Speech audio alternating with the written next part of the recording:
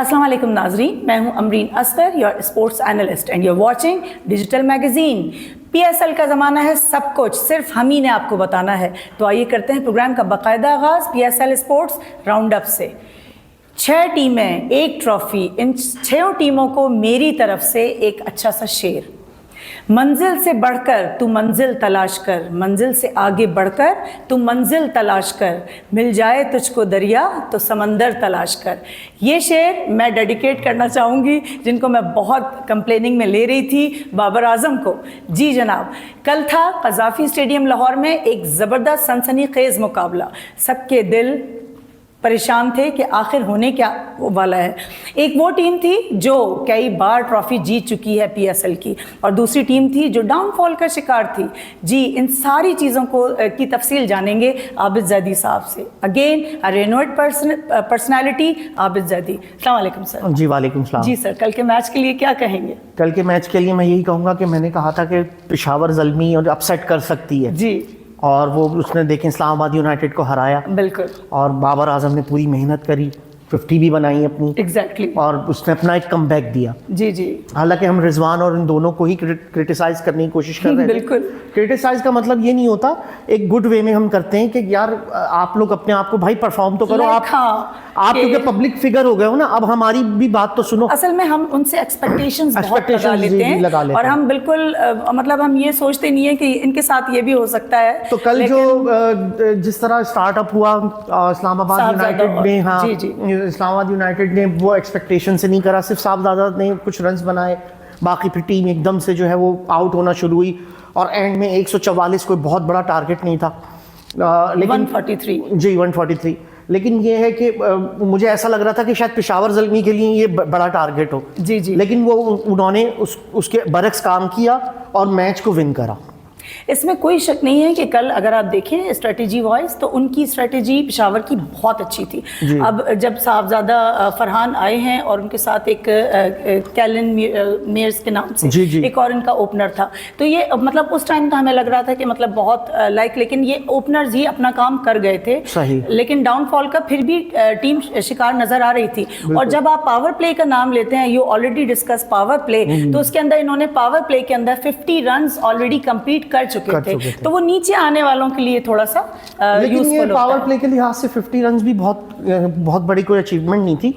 उन्होंने खेला, ये अगर 70-80 रन हुए होते ना, तो फिर आने वाली टीम जो है ना, तो ये समझ लें कि 20-25 रन इन्होंने शॉट बनाए और जिसकी वजह से हार गए। शादाब आए, वो 15 रन करके चले गए। फिर 11 में 11 पे आउट हो गए। सलमान थे एक, वो चले गए। तो फिर नीचे आने वालों ने कुछ ऐसी अच्छी कारकर्दगी या परफॉर्मेंस का मुजाहरा नहीं किया। लेकिन आई थिंक एक प्लेयर ऐसा था कि जिसने 33 रन बनाए हैं और जो है वो मतलब एक सम सॉर्ट ऑफ उन 143 रन के अंदर उसने इजाफा किया। बिल्कुल। क्या कहेंगे आप?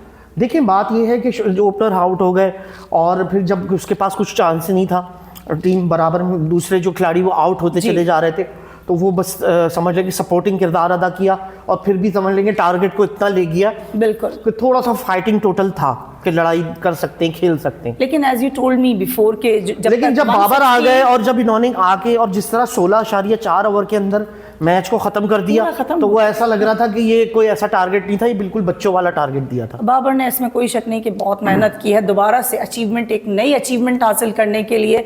लेकिन सर अगर आप देखें तो वेदर इट्स मतलब not favourable for all the team. Through out पूरी रात जो है वो बारिश भी रही है। आई डोंट नो वाई के ऐसा डिसीजन लिया कि वो उन्होंने पहले बैटिंग ली, जबकि कहा यह जा रहा था in my point of view and those who are the analyst, जो बाकी उनका एक्सपीरियंस है, वो ये कह रहे थे कि जो पहले बैटिंग करने आएगा तो उसके लिए कुछ मतलब यूजफुल नहीं होगी विकेट, क्योंकि रात भर बारिश हुई है conditionally. What is your opinion? देखिए, बात दरअसल ये है कि मैंने आपसे पहले ही बोला था कि बारिश भी इम्पैक्ट करेगी और अब उसके बाद जो भी टीम खेलेगी बारिश के बाद, तो वो अच्छा देखिए बीच में पीछे जो है स्कोर अच्छे बनने लग गए थे। शुरू में लाहौर में जब आए तो वही 130-140 के स्कोर बन रहे थे। फिर बीच में 180 प्लस भी गए और जैसी बारिश आई और उसके बाद वेदर चेंज हुआ तो पिच का मूड भी चेंज हो गया और पिच ने जो है समझ लें कि दोबारा से अपना रंग दिखाया और ये टारगेट इतना नहीं बना पाए। क़ज़ाफ़ी स्टेडियम लाहौर की पिच के लिए हमेशा यही कहा जाता है कि वो बैटिंग विकेट है। वही कह रहा हूं, लेकिन आफ्टर रेन बहुत तेज बारिश थी और इसमें कोई शक नहीं है कि वो बैटिंग के लिए वेदर जो है वो भी जो है इम्पैक्ट देता है मैचेस में और ग्राउंड के अंदर। उसकी वजह से जो है ना बहुत सारी जो है वो चीज़ें चेंज हो जाती हैं, स्कोर के रेट भी चेंज हो जाते हैं, लोग इतना नहीं, खिलाड़ी इतना नहीं कर पाते। नाउ फॉर यस्टरडे मैचेस, ये जो यस्टरडे मैच हुआ है, आप क्रेडिट देना चाहेंगे बाबर आजम को? बिल्कुल ज़रूर, मैं तो पहले ही कह रहा था। आप तो बिल्कुल उन दोनों को तो बिल्कुल वो कर दिया था। हो सकता है कि मे बी पॉसिबल कि वो आप तक कोई बात उनकी पहुंच गई, उन्होंने कहा नहीं अब मैंने जो है ना अब करके दिखाना है। बिल्कुल, तो देख लें मिस, अब आपको दिखा दिया। परफॉर्मेंस बहुत अच्छी रही, आई एम सॉरी टू से। इंशाल्लाह जिंदगी रही तो यही इंशाल्लाह पीएसएल की ट्रॉफीज उठाते रहेंगे। अगेन वही स्टैमिना, वही परफॉर्मेंस, वही प्लानिंग हमें बाबर आजम से चाहिए। बिल्कुल। अब बस जब तक एक ही चीज़ मैं हमेशा डिस्कस करती हूँ, जब तक 2-4 चीज़ें कंपाइल नहीं होंगी, वो इंग्रेडिएंट्स मैच में नहीं होंगे, then you are not enjoy the match. वो चीज़ें क्या हैं, एक दफ़ा आप भी बताइए। देखिए इंग्रेडिएंट्स ये है कि पूरी टीम अपना जो भी है वो किरदार अदा करे। बिल्कुल। बैट्समैन अपना टारगेट दें। मैंने पहले भी बोला कि शुरू के 6 ओवर खेले, छक्के चौके मारे, लगे नजर आए कि पीएसएल या T20 मैच हो रहा है। जी जी। फिर जब बॉलिंग साइड आ जाए तो बॉलिंग भी अपनी भरपूर किरदार अदा करे। ऑलराउंडर का भी काम है कि जिस तरह जब ऊपर से ओपनर आउट होते हैं तो नीचे के ऑलराउंडर्स को चाहिए कि वो खड़े हो जाएं। जी जी। जब भी ऐसा होता है कि टीम कम रन बनाती है या कम हारती है तो उसमें यही होता है कि अगर ओपनर आउट हो गए तो फिर ऑलराउंडर ने भी अगर किरदार अदा नहीं किया तो टीम पूरी क्लैप्स कर जाती है। तो सबको अपना अपना किरदार अदा करना चाहिए, फील्डिंग अच्छी करनी चाहिए, तो रिजल्ट अच्छा आता है। इस तरह तो सारा क्रेडिट जो है वो हमारे एक्सपर्ट एडवाइज़र ने जो है वो बाबर आजम को दे दिया। इंशाल्लाह बाबर आजम आगे भी रंग जमाएंगे अपनी बैटिंग से, अपनी टीम को लेके।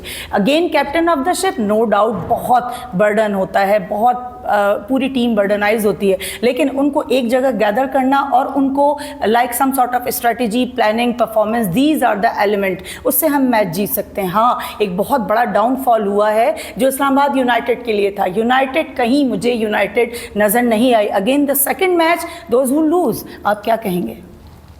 बिल्कुल वो लूज कर गई हैं और अब जो है वो मैंने पहले भी बोला था, पिछला मैच भी हारे। पॉइंट टेबल्स के हवाले से अब जो है वो कराची किंग्स का जो है ना बहुत अच्छा, मैं कह रहा हूँ फिर कहूँगा कि एक चांस मिला है। जब से वो एक पॉइंट जब गया है तो वो 9 पॉइंट होके तो वो कराची किंग्स नहीं, अब ये भी तो देखे ना कि इस्लामाबाद भी 2 मैच हार चुका है तो वो अपनी जगह पे खड़ा हुआ है और फिर कराची किंग्स 8 पर आ गया। अब ये मैच उसको जीतना चाहिए ताकि पॉइंट्स टेबल पे ऊपर। अगेन इस्लामाबाद यूनाइटेड के पास still have chance to win. बिल्कुल ऐसा ही है, लेकिन अगेन वही स्ट्रेटेजी है, सब चीजें होंगी, सारे एलिमेंट होंगे, they will be the winner.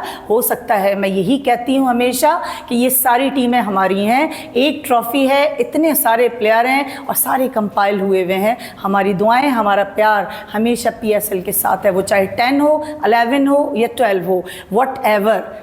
जी जनाब, पीएसएल सीजन 10 का एक और मेला सजने को है तैयार। अब है आमने सामने कोयटा ग्लैडिएटर और इस्लामाबाद यूनाइटेड, जिनकी यूनिटी नज़र नहीं आती, जिनको बहुत सारी टीमें ज़ेर करने को तैयार हैं।